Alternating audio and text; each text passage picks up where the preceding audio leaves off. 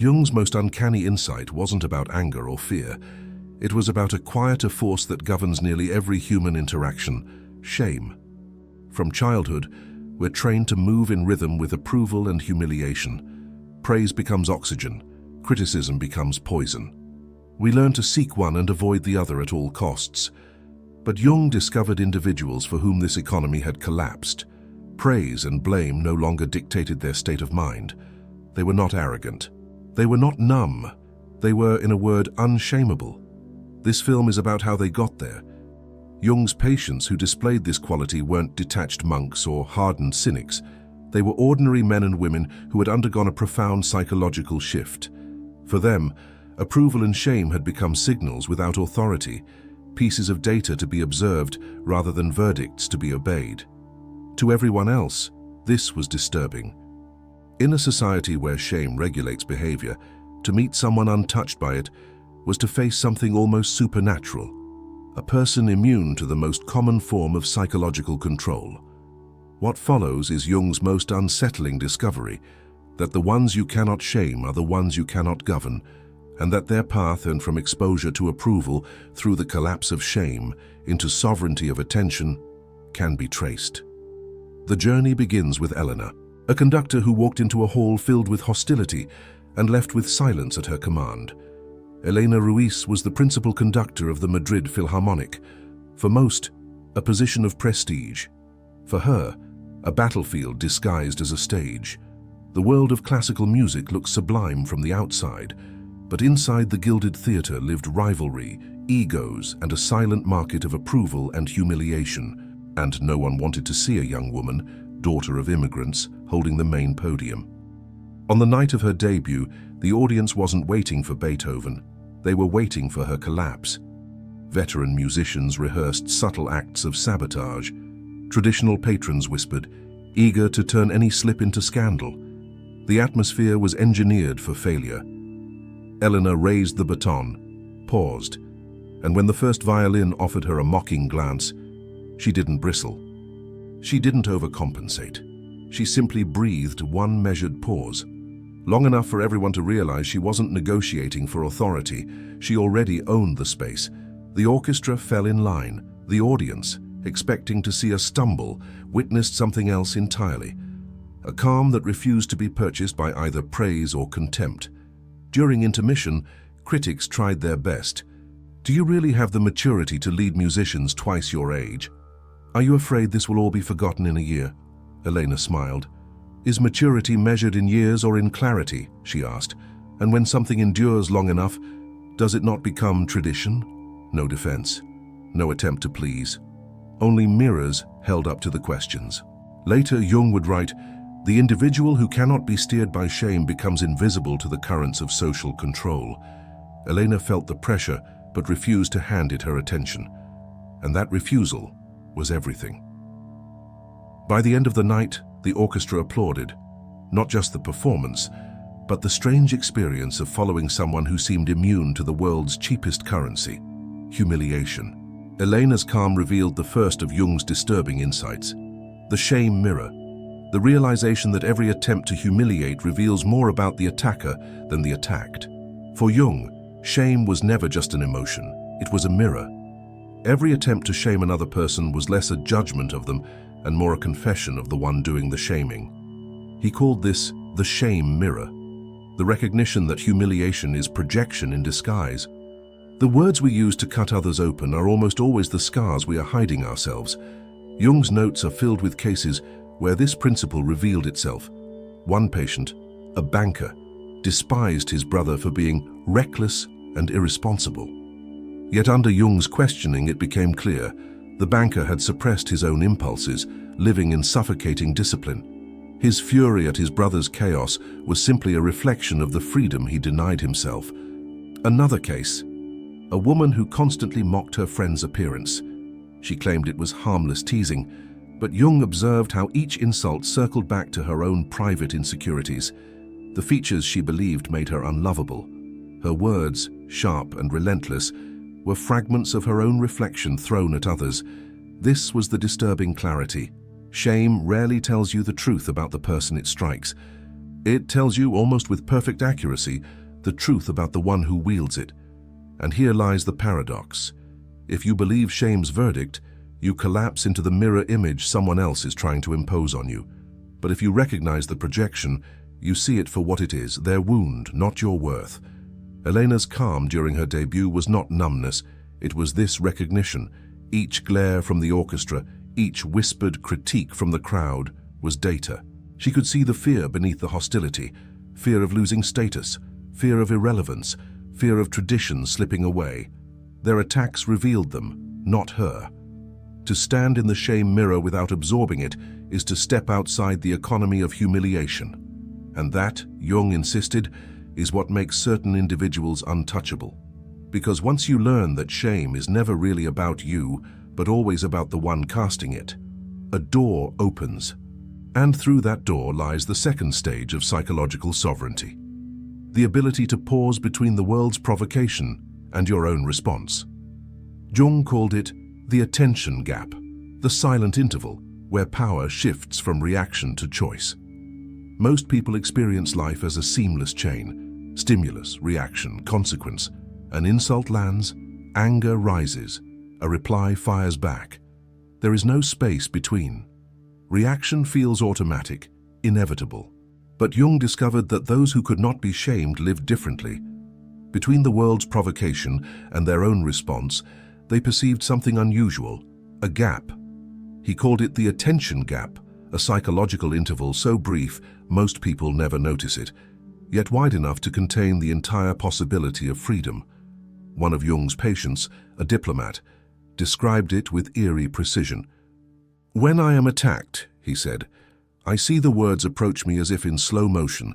They hover in front of me, suspended, and in that pause I ask, do I let them enter?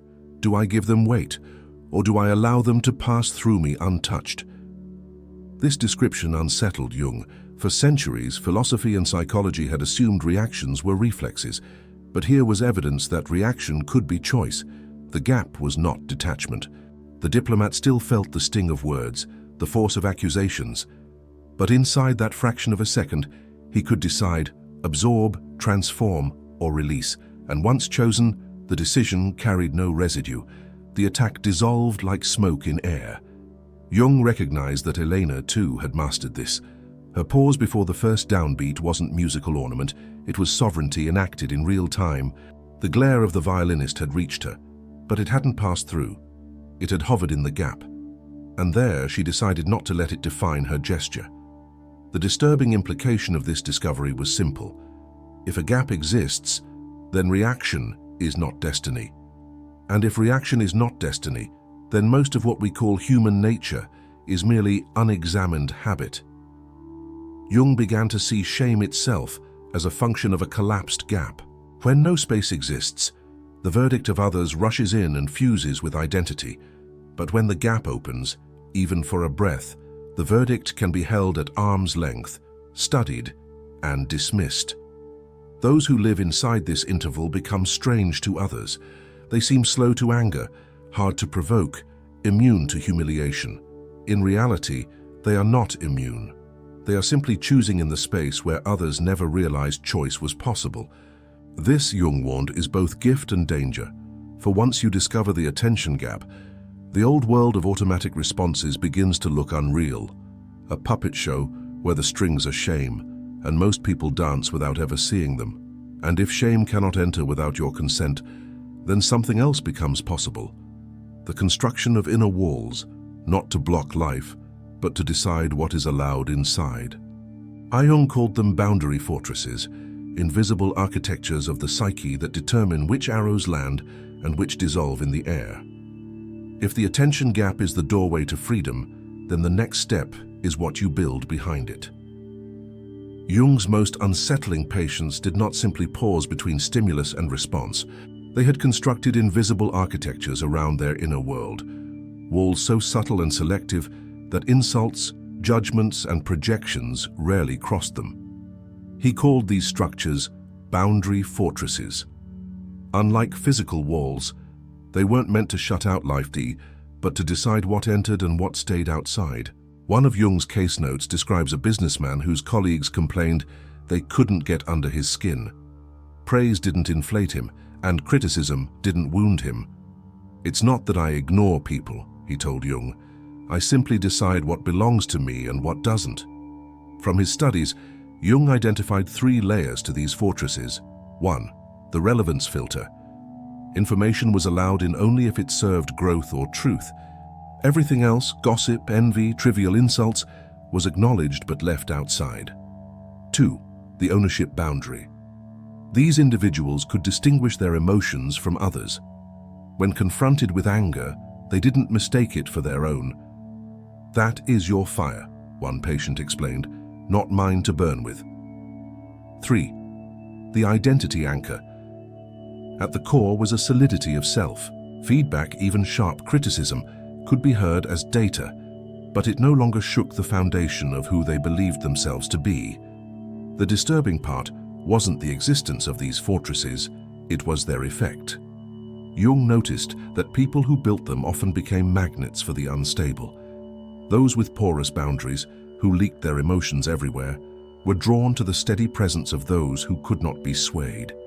One patient, Heinrich, described it with unease. "Ever since I stopped reacting," he told Jung, "people try harder to provoke me. It's as if my calm disturbs them more than anger ever could." Jung realized why. Many people regulate their emotions by stirring reactions in others. They push to provoke, seeking resonance, validation, or proof that their chaos can spread. When they meet someone who refuses to provide that regulation, they are forced to face their own instability, and often that confrontation enrages them. Boundary fortresses, then, were not isolation. They were sovereignty, the power to let the world knock without always opening the door. But they carried a cost. The more unshakable the walls, the more others projected onto them. Still, within those walls lay something psychology had long considered impossible: immunity to the verdict of others, not because nothing entered, but because only the chosen did. And that selectivity prepared the ground for Jung's next and most disturbing observation. For those with strong fortresses developed not just resistance to shame, they developed a kind of X-ray vision into the very souls of their attackers. He called it projection reversal. Jung noticed something eerie among the unshameable. Not only did they resist attacks, they seemed able to look straight through them, as if insults were windows into the attacker's hidden wounds. He called this unsettling ability projection reversal. Instead of asking, "What does this criticism say about me?" they instinctively asked, "What does this criticism reveal about them?" One of Jung's most striking notes describes Heinrich being publicly accused by a rival industrialist.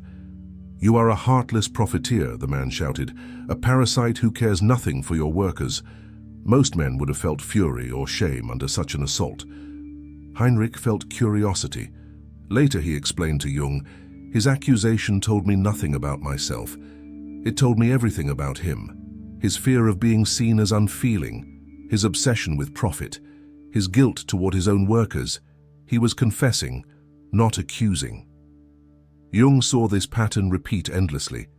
Criticism about appearance came most often from those insecure about their own. Attacks on success erupted from those frustrated with their failures. Judgments about lifestyle echoed the critic's own doubts and regrets. It was disturbing because it suggested that most human conflict was not about truth at all. It was projection. Two wounded psyches throwing their disowned parts at each other and mistaking the reflections for reality. To live inside projection reversal was to stop taking assaults personally. The words still landed, but instead of piercing, they unfolded like diagnostic X-rays of the other. Some of Jung's patients even reported feeling pity where anger once lived. "When people attack me now," Heinrich confessed, "I see a child in pain, lashing out. How can I be furious at a child for crying?" But this gift carried its own shadow. For once, you learn to see through the armor of others. Relationships can become strange. Instead of equals, the world begins to look like a theater of wounded children. Compassion grows, but so can distance. Jung warned of this danger. To reverse projection without losing empathy required balance. Otherwise, the gift of vision could harden into superiority, leaving the unshameable isolated in their clarity. Still, the principle was undeniable.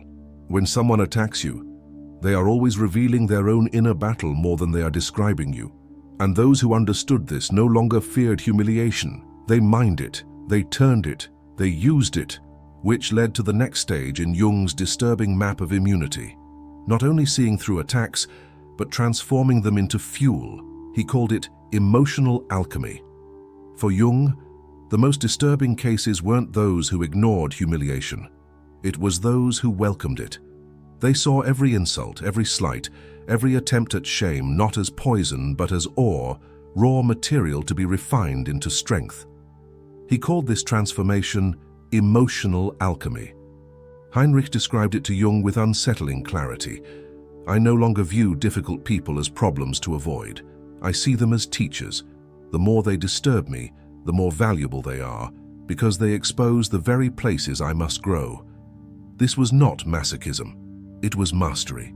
Where others ran from triggers, the alchemists of the psyche walked toward them. An enemy became an unwilling mentor. A critic became a mirror held at just the right angle to reveal hidden weakness. Jung traced this ability to a deliberate inversion of perspective. Instead of asking, "Why are they doing this to me?" the question became, "What in me does this reveal?" Instead of shrinking from shame, they mined it for the shadow it exposed. And once uncovered, that shadow was no longer a weakness. It became raw material to forge strength. One of Jung's patients, a young manager, was enraged by his team's constant excuses. Every delay felt like sabotage. But through this alchemical frame, he saw the truth. Their laziness revealed his own unexamined expectation that others should share his drive without ever sharing his vision. Their weakness exposed his need to inspire rather than demand. In mastering that lesson, he became one of the most effective leaders in his company. The disturbing implication was this: once you learn emotional alchemy, external validation and external criticism both lose their power. Praise cannot inflate you. Insults cannot collapse you. Every stimulus becomes fuel, every trigger a forge. Yet even this stage carried its danger. Some who mastered it became obsessed with growth, treating human encounters less as relationships and more as experiments. Sometimes, Heinrich admitted, I feel like I am studying people instead of living with them. Every word becomes data, every conflict a test. Jung understood the cost. Alchemy, if untempered, could hollow out empathy. To transform every attack into personal evolution risks reducing others to instruments, which is why, in his final reflections, Jung pointed toward a higher integration, beyond immunity, beyond alchemy, a stage where strength did not separate from humanity, but embraced it. He called this the stage of the compassionate warrior. Jung's most unsettling discovery did not end with invulnerability, it ended with compassion. For if emotional alchemy gave individuals the power to transform every attack into growth, it also threatened to isolate them. Stronger, yes, but colder, detached from the ordinary struggles of those still bound by shame. The final stage was what Jung called the compassionate warrior, the one who could stand unshaken, yet remain deeply human. Heinrich's story revealed the shift. At first, his immunity disturbed those around him. His wife accused him of being distant. His colleagues called him unfeeling. Calm, after all, can be as frightening as rage when people expect a storm. But under Jung's guidance, he realized that true strength was not only measured by what could not touch him, but by how gently he could touch others without being moved off-center. Doctor, Heinrich reflected, I learned that my immunity was incomplete if it only protected me. Real strength means creating space for others to feel, without losing myself in their chaos. It was here that Jung saw the paradox resolved. The compassionate warrior could hold his wife's grief without absorbing it. He could listen to employees' complaints without drowning in their stress. He could remain centered not by avoiding humanity, but by embracing it with steadiness. This, Jung concluded, was the highest psychological achievement: to be vulnerable and invulnerable at once, to feel everything yet be controlled by nothing, to stand firm in one's own being while offering refuge to others. The imagery he used was striking. Most people, he said, are like paper boats on turbulent waters, tossed wherever currents of shame and approval push them. The unshameable are stones, unmoved by the current. But the compassionate warrior is something more, a bridge, firm enough to stand, wide enough to carry others. Heinrich's presence eventually became sought after, not feared. In times of crisis, people gathered around him, drawn not to his detachment but to the safety of his calm. He had mastered what Jung called emotional aikido, redirecting the energy of others without blocking or absorbing it. Anger was met with solutions, sadness with understanding, fear with clarity. And so Jung's disturbing discovery came to its final revelation.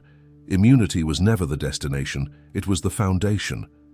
The goal was not to transcend human drama by standing above it, but to engage with it from a place that could not be shaken. The compassionate warrior embodies this paradox, transparent to attack, yet open to connection, immune to shame, yet sensitive to pain, strong enough to be untouched, yet gentle enough to touch others deeply. Jung's private notes close with a line that has the weight of prophecy. He has learned to love others' humanity while remaining untouchable by their chaos. This is the highest form of freedom I have witnessed in a human soul. And perhaps that is the ultimate truth hidden inside this disturbing discovery, that the real power is not in never being hurt, but in never letting hurt define who you become. Because strength, at its fullest, is not what you can resist. It is what you can embrace without losing yourself. If these insights opened a new way of seeing yourself and the world, stay with us, subscribe, and you'll never miss the next step in this journey of uncovering what lies beneath the surface. The path to inner freedom is long. Let's walk it together.